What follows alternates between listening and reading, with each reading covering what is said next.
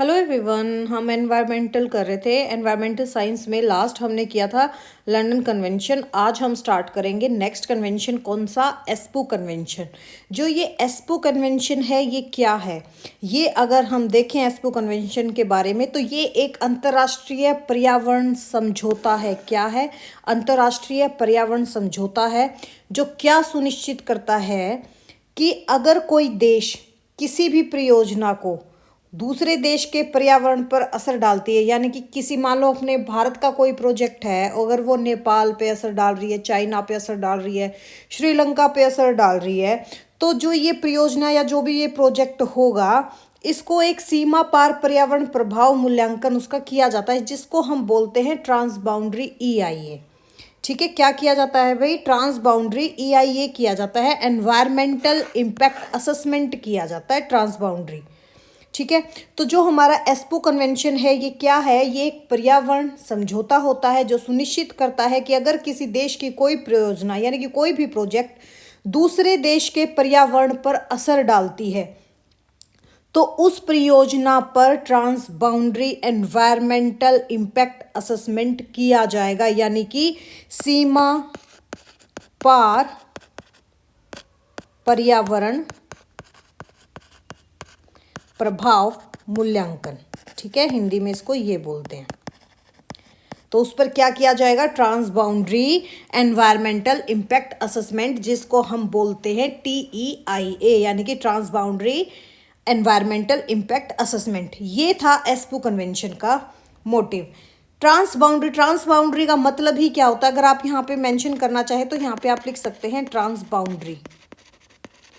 इस trans boundary का meaning ही क्या होता है? सीमा पार। और EIA यानी कि पर्यावरणीय प्रभाव आंकलन करना, एनवायरमेंटल इम्पैक्ट असेसमेंट करना। जो हमारा ये एस्पो कन्वेंशन है इसका पूरा नाम क्या है? Convention on environmental impact assessment in a trans boundary context, यानी कि सीमा पार संदर्भ में पर्यावरणीय प्रभाव आंकलन पर संधि या समझौता करना। अगर हम बात करें कि ये कब और कहाँ बनी, यानी कि कहाँ ये कन्वेंशन हुआ था, तो ये हुआ था आपके 1991 में। किस जगह पर हुआ? एस्पू एक जगह है फिनलैंड की, वहाँ पर हुआ। और ये प्रभावित कब हुआ था, यानी कि लागू कह लो, प्रभावी कह लो, कब हुआ था? यानी कि एंटर्ड इनटू फोर्स कब हुआ था? 1997 में। तो हम क्या कह देंगे, जो एस्पो कन्वेंशन है वो अडॉप्ट कब किया गया था? आपके 1991 में। कहाँ पर? एस्पो फिनलैंड पे किया गया था। प्रभावी कब हुआ था? 1997 में। अगर हम इसके फ्रेमवर्क की बात करें कि इसका फ्रेमवर्क क्या है, अगर हम इसके फ्रेमवर्क को देखें तो इसका फ्रेमवर्क क्या था, किसने किया था? ठीक है, अगर हम इसके फ्रेमवर्क की बात करें तो जो इसका फ्रेमवर्क है वही है आपका UNECE, जिसको हम कंप्लीट कर चुके हैं। UNECE यानी कि आपका United nation economic commission for Europe. UNECE framework कौन कर रहा था इसको? UNECE यानी कि आपका यूनाइटेड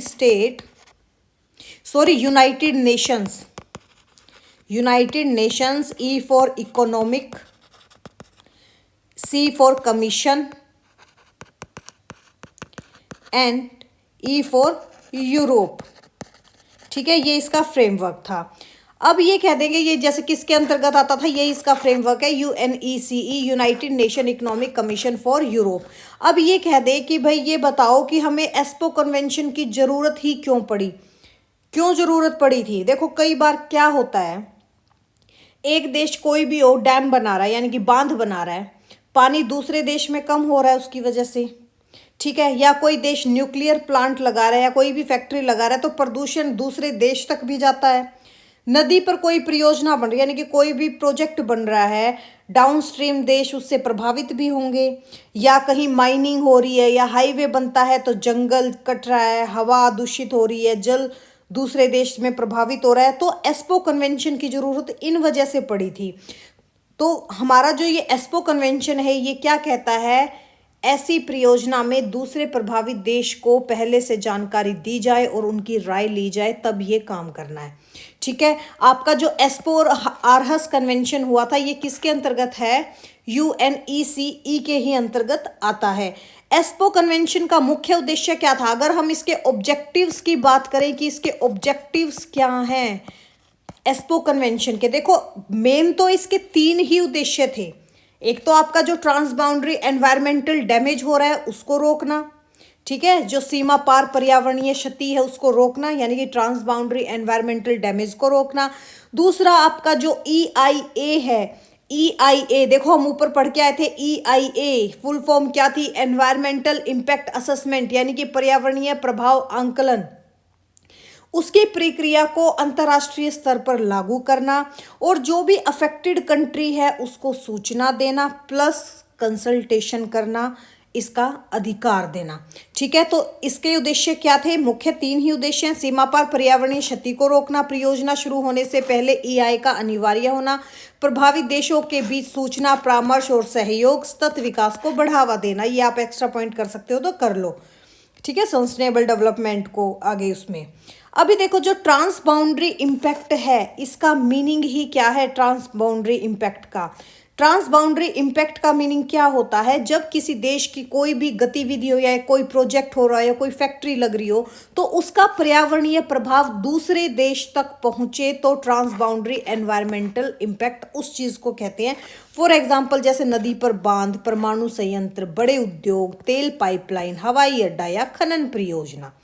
ठीक है, जैसे आपका एस्पो कन्वेंशन अगर ये कह दे ये किस पर लागू होता है तो हम क्या कह देंगे? ये उन परियोजनाओं पर लागू होता है जो या तो बड़े स्तर की हों और जिनका असर सीमा पार जा सकता है, यानी कि जिसका अफेक्ट दूसरी कंट्री में भी जा सकता है। फॉर एग्जांपल जैसे हम यही भाई कोई न्यूक्लियर प्लांट लगा रहा है, न्यूक्लियर पावर प्लांट, या लार्ज डैम या रिजर्वेस कर रहे हैं, या ऑयल रिफाइनरी हो रही है, केमिकल इंडस्ट्रीज लगा रहे हैं, या लार्ज हाईवे या रेलवे के लिए लाइंस बिछा रहे हैं, माइनिंग प्रोजेक्ट्स चल रहे हैं, या लार्ज थर्मल पावर प्लांट्स हो रहे हैं, या पाइपलाइंस बिछा रहे हैं, तो इन सब का क्या है कि भाई इनका असर अगर सीमा पार जा रहा है तो यही एस्पो कन्वेंशन का था कि भाई यहाँ पे एस्पो कन्वेंशन लागू होगा। तो जो हमारा एस्पो कन्वेंशन है इसके प्रमुख प्रावधान क्या है? अगर हम इसके प्रमुख प्रावधान की बात करें जिसको हम बोलते हैं सबसे पहला क्या कि भाई पूर्व सूचना, यानी कि पहले नोटिफिकेशन देना, परियोजना शुरू करने वाला देश पहले ही नोटिफाई करे। ठीक है, जैसे एस्पो कन्वेंशन में 2 कंट्रीज की भूमिका महत्वपूर्ण होती है, जैसे पार्टी ऑफ ओरिजिन यही हो गया, ओरिजिन कंट्री हो गया जिस देश में परियोजना बनाई जा रही है, दूसरा अफेक्टेड पार्टी हो गया भाई जिस देश में परियोजना का असर पड़ रहा है, यही 2 पार्टीज होंगी। तो पहले क्या करना पड़ेगा भाई? पहले आपको नोटिफिकेशन देना पड़ेगा, पहले सूचना देनी पड़ेगी परियोजना शुरू करने वाला देश कौन है और प्रभावित देश पहले से सूचना देगा। ठीक है, 2 ही पार्टीज होंगी, एक तो प्रभावित होगा, एक जो परियोजना शुरू करेगा, यानी कि जिसको हम पार्टी ऑफ ओरिजिन बोल देते हैं या ओरिजिन कंट्री बोल देते हैं। ठीक है, इसको हम क्या बोल देते हैं? ओरिजिन कंट्री, जहां पर परियोजना बन रही है, और इसको हम क्या कह देंगे? Affected country. ठीक है, सेकंड पर्यावरणीय प्रभाव आंकलन करना, EIA संभावित पर्यावरणीय प्रभावों का विस्तृत आंकलन करना। फिर थर्ड क्या होता है भाई? परामर्श देना, दोनों देश के बीच में परामर्श होना चाहिए पर्यावरणीय मुद्दों पर आपसी चर्चा, सूचना साझा करना, EIA की रिपोर्ट, तकनीकी वितरण और निर्णय प्रक्रिया। ठीक है, जो ये हमारे एस्पो कन्वेंशन है इसके अगर हम कोर प्रोसेस की बात करें स्टेप बाय स्टेप, तो जैसे देखो जो अब असली एस्पो कन्वेंशन है वो क्या है? जैसे पहले क्या करता है भाई? स्क्रीनिंग करता है, यानी कि पहचान करता है। पहले क्या करता है? पहचान करता है। ओरिजिन कंट्री को देखना होगा कि क्या यह परियोजना दूसरे देश को प्रभावित कर सकती है, पूर्व सूचना, अगर हाँ तो उसको वो आगे बढ़ाएगा। सेकंड क्या होता है? आपका नोटिफिकेशन, यानी कि सूचना देना, ओरिजिन कंट्री को, अफेक्टेड कंट्री को ऑफिशियल नोटिफिकेशन देना होगा। ठीक है, कि परियोजना क्या है, प्रोजेक्ट क्या है, कहाँ बनेगा ये प्रोजेक्ट, क्या संभावित इसके प्रभाव पड़ेंगे, EIA की प्रक्रिया इसमें क्या होगी, ये कन्वेंशन की सबसे बड़ी खासियत है। थर्ड क्या होगा भाई आपका? थर्ड होगा कि जो रिस्पॉन्स, क्या रिस्पॉन्स आ रहा है, अफेक्टेड कंट्री को जवाब देना पड़ेगा कि अफेक्टेड कंट्री बताएगा क्या यह EIA प्रक्रिया में शामिल होना चाहता है, क्या वह कंसल्टेशन करना चाहता है, इस चीज़ पे परामर्श देना चाहता है, इन मुद्दों पे बात करें, आपसी चर्चा करें, फिर उस पर प्रिपरेशन ऑफ IA डॉक्यूमेंटेशन करें, यानी कि ओरिजिन कंट्री को जो प्रोजेक्ट लगाना चाहती है जो कंट्री, उसको EIA रिपोर्ट बनानी होगी। EIA रिपोर्ट बनानी होगी जिसमें शामिल क्या क्या चीज़ होगी कि जो प्रोजेक्ट बन रहा है उसका विवरण देना होगा, पर्यावरण पर संभावित असर बताना पड़ेगा, अल्टरनेटिव्स कोई अन्य विकल्प इनको देखने पड़ेंगे, नुकसान कम करने के उपाय देखने पड़ेंगे और मॉनिटरिंग प्लान बनाने पड़ेंगे। फिर देखिए उसके अंतर्गत अगर हम पब्लिक पार्टिसिपेशन की बात करें, जन भागीदारी की बात करें, तो एस्पो कन्वेंशन क्या कहता है कि जो प्रभावित देश की जनता को भी EIA प्रोसेस में बोलने का अधिकार है, यानी कि निर्णय में पर्यावरण को शामिल करना है। अंतिम निर्णय लेते समय पर्यावरणीय प्रभावों को ध्यान में रखना अनिवार्य है और इसमें जो आपकी अफेक्टेड कंट्री होगी उसकी पब्लिक को भी जानकारी देने का हक होगा, कमेंट्स और ऑब्जेक्शंस देने का भी मौका देना होगा। ठीक है, फिर जैसे भाई क्या परामर्श दे रहे हैं, ओरिजिन कंट्री और अफेक्टेड कंट्री के बीच कुछ कंसल्टेशन होगा, कुछ परामर्श होगा, इम्पैक्ट्स पर डिसीजन देंगे, मिटिगेशन पर एग्रीमेंट होगा, मॉनिटरिंग और जो सेफ्टी मेजरमेंट्स होंगे उन पे बात होगी, कंपनसेशन और जो प्रिवेंशन होते हैं उस स्टेप पे बात करेंगे। फिर उसके बाद क्या होता है भाई, जो हमारा अंतिम निर्णय होगा उसको शामिल करते हैं कि भाई अफेक्टेड कंट्री ने क्या कहा इस चीज़ में, पब्लिक कमेंट क्या थे, EIA की रिपोर्ट क्या थी, फिर फाइनल अप्रूवल या रिजेक्शन होता है। ठीक है, फिर क्या होता है, फिर किस चीज़ पे होता है ये भाई, पोस्ट प्रोजेक्ट एनालिसिस होता है, बाद में मूल्यांकन होता है। अगर जरूरी हो तो प्रोजेक्ट शुरू होने के बाद भी इसमें मूल्यांकन हो सकता है, मॉनिटरिंग कर सकते हैं, रियल इम्पैक्ट का एनालिसिस कर सकते हैं, कोरेक्टिव एक्शंस पे बात होती है इस पे। ठीक है, अगर हम ये देखें कि भाई किन परियोजनाओं पर लागू होता है एस्पो कन्वेंशन, तो एस्पो कन्वेंशन विशेष रूप से बड़ी जोखिमपूर्ण परियोजनाओं पर लागू होता है, जैसे कोई भी न्यूक्लियर पावर प्लांट लगाना हो, कोई बड़ा बांध बनाना हो, कोई ऑयल रिफाइनरी लगानी हो, केमिकल इंडस्ट्री लगानी हो, या मोटरवेज या एयरपोर्ट बनाना हो, या कोई भी माइनिंग प्रोजेक्ट है, इन सब पे क्या लगता है भाई, हमारा एस्पो लगता है। ठीक है, इन परियोजनाओं पर लागू होता है। अब ये कह दे कि भाई इसकी कानूनी प्रकृति कैसी होती है, कानूनी रूप से बाध्यकारी, यानी कि एक लीगली बाइंडिंग संधि होती है, एक समझौता होता है जो आपका कानून पे होता है। ठीक है, कानून मतलब ये समझ रहे हो ना कि कानून बनाए जाते हैं, लीगली होता है जो। ठीक है, उसके ऊपर संशोधन अमेंडमेंट्स भी हो सकते हैं, समय समय पर एस्पो कन्वेंशन में संशोधन हुए हैं, नई गतिविधियों और प्रक्रियाएं इसमें जोड़ी गई हैं ताकि आधुनिक पर्यावरण चुनौतियों से निपटा जा सके। फिर बात आ जाती है कि देखो जैसे हमारा जो ये एस्पो कन्वेंशन है, अगर हम इसके मेन प्रिंसिपल्स की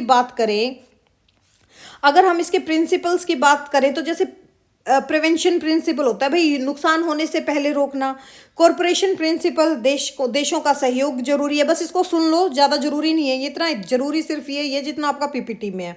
फिर जैसे ट्रांसपेरेंसी होनी चाहिए भाई, सच्चाई छुपी नहीं जाएगी, पब्लिक पार्टिसिपेशन का मतलब जनता को अधिकार मिलेगा, सस्टेनेबल डेवलपमेंट की बात आएगी ताकि परियोजना के विकास से पर्यावरण ना बिगड़े।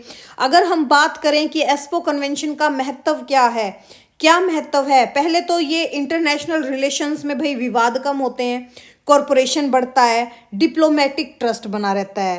ठीक है, पहले संधि जिसे ट्रांस बाउंड्री EIA को मान्यता दी। ठीक है, अंतर्राष्ट्रीय पर्यावरण सहयोग को बढ़ावा देता है, पर्यावरण विवादों को कम करने में सहायक होता है। भाई वही इंटरनेशनल रिलेशंस में विवाद कम होते हैं, कॉरपोरेशन बढ़ता है, डिप्लोमेटिक ट्रस्ट बनता है। ठीक है, जो हमारा एनवायरमेंटल प्रोटेक्शन में भाई जो भी आपका पोल्यूशन हो रहा है या एक्सीडेंट रिस्क है उसको कम करने की बात करते हैं, हमारे रिवर बेसिन या एयर क्वालिटी बेहतर करना होता है, बायोडाइवर्सिटी जिससे बचे, इन सब चीज़ों पे बात होती है। जो हमारे सस्टेनेबल डेवलपमेंट का समर्थन करते हैं भाई, बेहतर प्लानिंग लेके आएँ, अल्टरनेटिव सोचने का दबाव हो, लॉन्ग टर्म सेफ डेवलपमेंट होनी चाहिए, यही क्या है, यही इसके महत्व है। फिर ये कह रहा है कि जो हमारा एस्पो कन्वेंशन और भारत का क्या रोल है, जब भारत आपका सदस्य ही नहीं है यूरोपियन, उसका किस चीज़ का, किसके अंतर्गत आता है आपका एस्पो कन्वेंशन, क्या फ्रेमवर्क है इसका, कौन सा फ्रेमवर्क है इसका, भी मैं पीछे करवा के आई थी, किस फ्रेमवर्क के अंदर काम करता है ये, UNECE। जब भारत इसका ही सदस्य नहीं है तो एस्पो कन्वेंशन का भी सदस्य भारत नहीं है, लेकिन EIA प्रक्रिया में एस्पो के सिद्धांतों से मिलती जुलती है। ठीक है, जो हमारा ये एस्पो कन्वेंशन है, अगर हम टोटल इस पे बात करें भाई आगे, अगर हम इसके जैसे ये देखें कि भाई एस्पो कन्वेंशन में क्या क्या प्रोटोकॉल्स होते हैं, तो देखो जैसे प्रोटोकॉल इसमें होता था एक स्ट्रेटेजिक एनवायरमेंटल असेसमेंट का, यानी कि SEA का, जो आपके काइवी प्रोटोकॉल 2003 के अंतर्गत आया था। ठीक है, इसको भी समझ लो, ये भी थोड़ा सा इंपॉर्टेंट है। ठीक है, अगर हम इसके प्रोटोकॉल की बात करें, इसके प्रोटोकॉल में आप देखोगे एक प्रोटोकॉल आया था, कौन सा? प्रोटोकॉल ऑन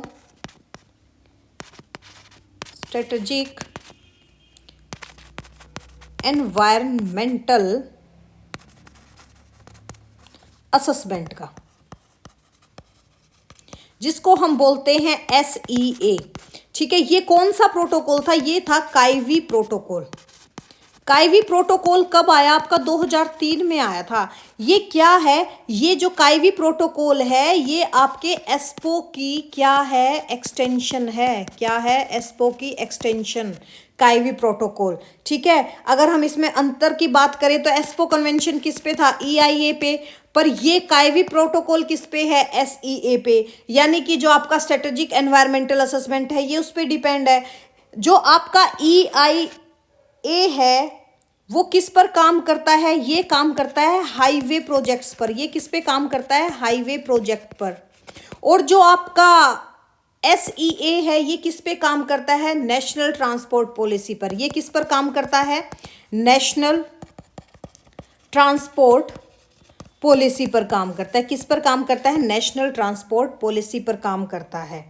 ठीक है, फिर जैसे भाई अगर जो हम एस्पो कन्वेंशन है इसमें भाई इसका कंक्लूजन हम क्या कह सकते हैं? एक ही चीज कह सकते हैं, जो एस्पो कन्वेंशन है ये एक ऐसी अंतर्राष्ट्रीय संधि है, समझौता है, ट्रीटी है, जो यह सुनिश्चित करती है कि कोई भी देश ऐसा प्रोजेक्ट ना बनाए जो दूसरे देश के एनवायरनमेंट को नुकसान दे, और अगर बनाना जरूरी है तो पहले EIA, फिर नोटिफिकेशन, फिर कंसल्टेशन करे। सिंपल हम क्या कह सकते हैं एस्पो कन्वेंशन के बारे में? कब आया था? 1991 में आया था। लागू कब हुआ था? 1997 में लागू हुआ था। कहाँ पर? एस्पो। ठीक है, तो जो हमारा ये किसके अंतर्गत आया था? UNECE के अंतर्गत आया था। अंतर्राष्ट्रीय समझौता है, उन परियोजनाओं पर लागू होता है जिनका पर्यावरणीय प्रभाव सीमा पार दूसरे देश तक जा सकता है। जो ये कन्वेंशन है ये ओरिजिन कंट्री को प्रभावित देश की सूचना देने और EIA रिपोर्ट साझा करने, जन भागीदारी कराने और कंसल्टेशन करने के लिए बाध्य करता है। इसका उद्देश्य क्या होता है? जो ट्रांस बाउंड्री एनवायरमेंटल हार्म है उसको रोकना और देशों के बीच में कोऑपरेशन को बढ़ाना। यही किसका रोल है? हमारे एस्पो कन्वेंशन का रोल है। एस्पो कन्वेंशन UNECE रीजन मुख्यतः यूरोप का पार्ट है। ठीक है, फिर आगे हमारा कौन सा आता है? नेक्स्ट करेंगे आज हम कौन सी कन्वेंशन? Aarhus convention. ठीक है, अब हम क्या करते हैं? Aarhus convention. तो अच्छे से हो गया हमारा एस्पो कन्वेंशन। ठीक है, जो हमारा ये आरहस कन्वेंशन है, आरहस कन्वेंशन ये क्या है? आरहस कन्वेंशन भी एक, जैसे आपका एस्पो अंतर्राष्ट्रीय पर्यावरण से जुड़ा समझौता था, सेम आरहस कन्वेंशन भी हमारा अंतर्राष्ट्रीय पर्यावरण समझौता ही है, जो हमारी पब्लिक को पर्यावरण से जुड़े मामलों में 3 बड़े अधिकार देता है। ठीक है, कितने अधिकार देता है? 3 अधिकार देता है। आरहस कन्वेंशन एक अंतर्राष्ट्रीय पर्यावरण संधि है जो नागरिकों को पर्यावरण से जुड़े मामलों में अधिकार देती है। 3 अधिकार देती है, 3 पिलर्स पर ये काम करती है। किस किस पर काम करती है? पहले तो डेफिनेशन देख लो। इसे एनवायरमेंटल डेमोक्रेसी कन्वेंशन भी कहा जाता है। आरहस कन्वेंशन को हम और किस नाम से जानते हैं? Environmental democracy convention. क्यों कहा जाता है इसको एनवायरमेंटल डेमोक्रेसी कन्वेंशन? जो ये इसके 3 बताए ना कि 3 राइट्स होते हैं पब्लिक को। एक तो होता है राइट टू इंफॉर्मेशन का, RTI का, ठीक है, जानकारी पाने का अधिकार। एक होता है आपका राइट टू पब्लिक पार्टिसिपेशन, जिसको हम बोलते हैं निर्णय में भागीदारी का अधिकार होता है। Right to public participation. और थर्ड क्या होता है इसमें, अगर हम बात करें थर्ड की, राइट टू जस्टिस। ठीक है, न्याय पाने का अधिकार। इसीलिए इसको क्या कहा जाता है, एनवायरमेंटल डेमोक्रेसी कन्वेंशन, यानी कि पर्यावरणीय लोकतंत्र पर समझौता, जिसमें पब्लिक आ गई, यानी कि लोकतंत्र की बात होगी, डेमोक्रेसी की बात होगी। फिर बात आती है, जैसे देखो जो ये हमारा आरएस कन्वेंशन है, इस कन्वेंशन का पूरा नाम क्या है, convention on access to information, public participation in decision making and access to justice in environmental matters. क्या है, convention on access to information, public participation in decision making and access to justice in environmental matters, यानी कि पर्यावरणीय मामलों में सूचना तक पहुंच, निर्णय निर्माण में जन भागीदारी और न्याय तक पहुंच पर संधि। ये कब और कहां बनी, कब बनी, अडॉप्ट कब किया गया, 1998 को। कहां पर, एक डेनमार्क में जगह है आरहेस, वहां पर। अगर हम कहें ये प्रभावी या लागू कब हुआ, 2001 में। अगर हम इसके भी फ्रेमवर्क की बात करें तो सेम एज आपका एस्पो कन्वेंशन का जो फ्रेमवर्क था, यानी कि UNECE, यानी कि हम ये कह सकते हैं ये किसके अंतर्गत काम करता है, UNECE के अंतर्गत काम करता है, जिसके अंतर्गत आपका एस्पो कन्वेंशन भी करता है। किसके अंतर्गत आता है ये, United Nations economic commission for Europe. ठीक है, जो हमारा आरएस कन्वेंशन है, इसकी जरूरत ही क्यों पड़ी। देखो, पहले पर्यावरण से जुड़े निर्णय सरकार लेती थी गवर्नमेंट, लेकिन उन चीज़ों पे पब्लिक को पता ही नहीं चलता था, पब्लिक से सारी जानकारी छुपाई जाती थी। भाई, पब्लिक ओपिनियन कुछ मायने ही नहीं रखता था, अगर नुकसान हो जाए तो न्याय मिलना मुश्किल हो जाता था। इसलिए आरएस कन्वेंशन बना, ताकि जो जनता को सिर्फ दर्शक नहीं बल्कि पार्टिसिपेंट बनाया जा सके, इसलिए आरएस कन्वेंशन की ज़रूरत बनी थी। जो हमारा आरएस कन्वेंशन और एस्पो कन्वेंशन है, दोनों UNECE के अंतर्गत आते हैं। अगर हम बात करें आरएस कन्वेंशन के ऑब्जेक्टिव्स की, इसके मुख्य उद्देश्य क्या है, तो वही पर्यावरण की रक्षा करना, ट्रांसपेरेंसी बढ़ाना, डिसीजन मेकिंग में जनता की भागीदारी होना, पर्यावरणीय मामलों में न्याय आसान करना, गुड गवर्नेंस को मजबूत करना, यही है पारदर्शी, ट्रांसपेरेंसी को बढ़ाना, जवाबदेही सुनिश्चित करना, नागरिकों को पर्यावरण संरक्षण में सशक्त बनाना। अगर हम बात करें कि आरएस कन्वेंशन के जो मैंने पीछे 3 पिलर की बात की थी, ठीक है, 3 पिलर्स की बात की थी, उन पिलर्स का मतलब क्या था, यानी कि access to environmental information, RTI बताया था ना आपको, राइट टू इंफॉर्मेशन, इसी का वही मतलब है, सूचना तक पहुंचना।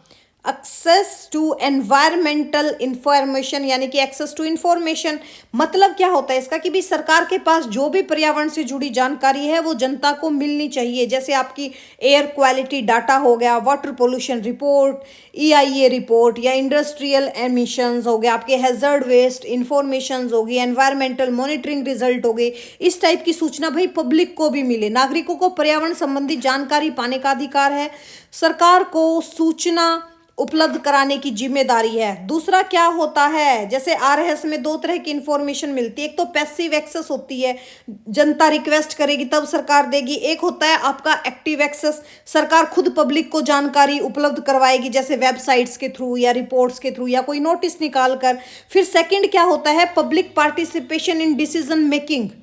ठीक है, सार्वजनिक भागीदारी होती है सेकंड मतलब पर। इसका मीनिंग क्या होता है कि भाई जब भी एनवायरनमेंट से जुड़े कोई भी फैसले हों, जनता को उसमें शामिल करना होगा। जैसे कोई भी फैक्ट्री है तो उसकी परमिशन लेने के लिए, डैम बनाने के लिए, हाईवे के लिए, माइनिंग प्रोजेक्ट्स के लिए, थर्मल प्लांट्स के लिए, न्यूक्लियर प्रोजेक्ट्स के लिए, इसमें आपका जो आरएस है वो क्या कहता है कि पब्लिक को टाइमली नोटिस करना चाहिए, डॉक्यूमेंट्स उपलब्ध होने चाहिए, ऑब्जेक्शंस और कमेंट्स का पब्लिक को मौका देना चाहिए, डिसीजन लेते समय पब्लिक व्यू कंसीडर जरूर करना चाहिए, तभी तो पब्लिक पार्टिसिपेशन होगा। पर्यावरण से जुड़े निर्णयों में जनता की भागीदारी अनिवार्य है। थर्ड क्या होता है, एक्सेस टू जस्टिस। इसका मीनिंग क्या है कि अगर कोई जानकारी नहीं दी गई है, पार्टिसिपेशन नहीं होने दिया गया है, गलत एनवायरमेंटल डिसीजन लिया गया है, तो जनता कोर्ट या आपके जो ट्रिब्यूनल्स होते हैं इनमें जाने का इनका अधिकार होता है। ठीक है, न्याय तक पहुंचना, एक्सेस टू जस्टिस, यदि सूचना या भागीदार का अधिकार ना मिले तो न्यायालय में जाने का अधिकार होता है। ठीक है, किन मामलों पर लागू होता है ये? कोई भी हमारी औद्योगिक परियोजना हो, कोई भी इंडस्ट्रियल प्रोजेक्ट हो, एआई की प्रक्रिया होगी, या भूमि उपयोग हो गया, पर्यावरण प्रदूषण नियंत्रण हो गया, या पर्यावरणीय नीति निर्माण हो गए, इसमें ये आपका आरएस लागू होगा। ठीक है, अगर हम इसकी कानूनी प्रवृत्ति की बात करें तो इसकी कानूनी प्रवृत्ति ये भी कैसा होता है, आपके कानूनी रूप से बाध्यकारी होता है, सदस्य देशों को इसके नियमों का पालन करना होगा।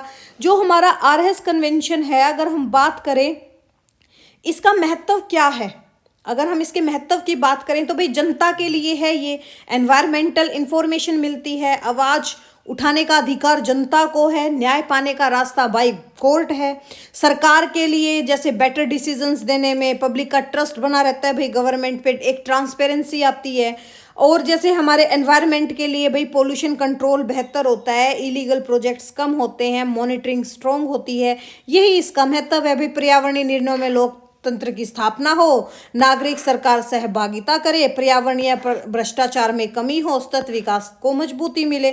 अगर हम भारत और वही करेंगे कि भाई भारत इसका सदस्य नहीं है, लेकिन भारत में जो आरटीआई एक्ट है हमारा, राइट टू इंफॉर्मेशन एक्ट, और ईआईए पब्लिक हियरिंग, इसके सिद्धांतों से मिलते जुलते हैं। ठीक है, किससे मिलते जुलते हैं? आरएस कन्वेंशन पे। जैसे आपका आरएस कन्वेंशन, अगर हम इसकी विशेषताओं की बात करें तो सबसे पहला क्या आता है, ये पब्लिक राइट बेस्ड ट्रीटी है, यानी कि पब्लिक बेस्ड एक संधि समझौता है। ट्रांसपेरेंसी और अकाउंटेबिलिटी को ये बढ़ाता है, एनवायरमेंटल गवर्नेंस इससे सुधरता है, करप्शन हो गया या हिडन अप्रूवल हो गया उनको ये कम करता है, सस्टेनेबल डेवलपमेंट में ये मदद करता है। ठीक है, ये था आपका आरएस कन्वेंशन। अगर हम इसके कंक्लूजन की बात करें तो हम क्या कह सकते हैं, जो आरएस कन्वेंशन है इसने एनवायरनमेंट को सिर्फ गवर्नमेंट सब्जेक्ट नहीं रखा, बल्कि जनता को एनवायरनमेंट का गार्डियन, या जिसको हम गार्जियन भी बोल देते हैं, बना दिया है।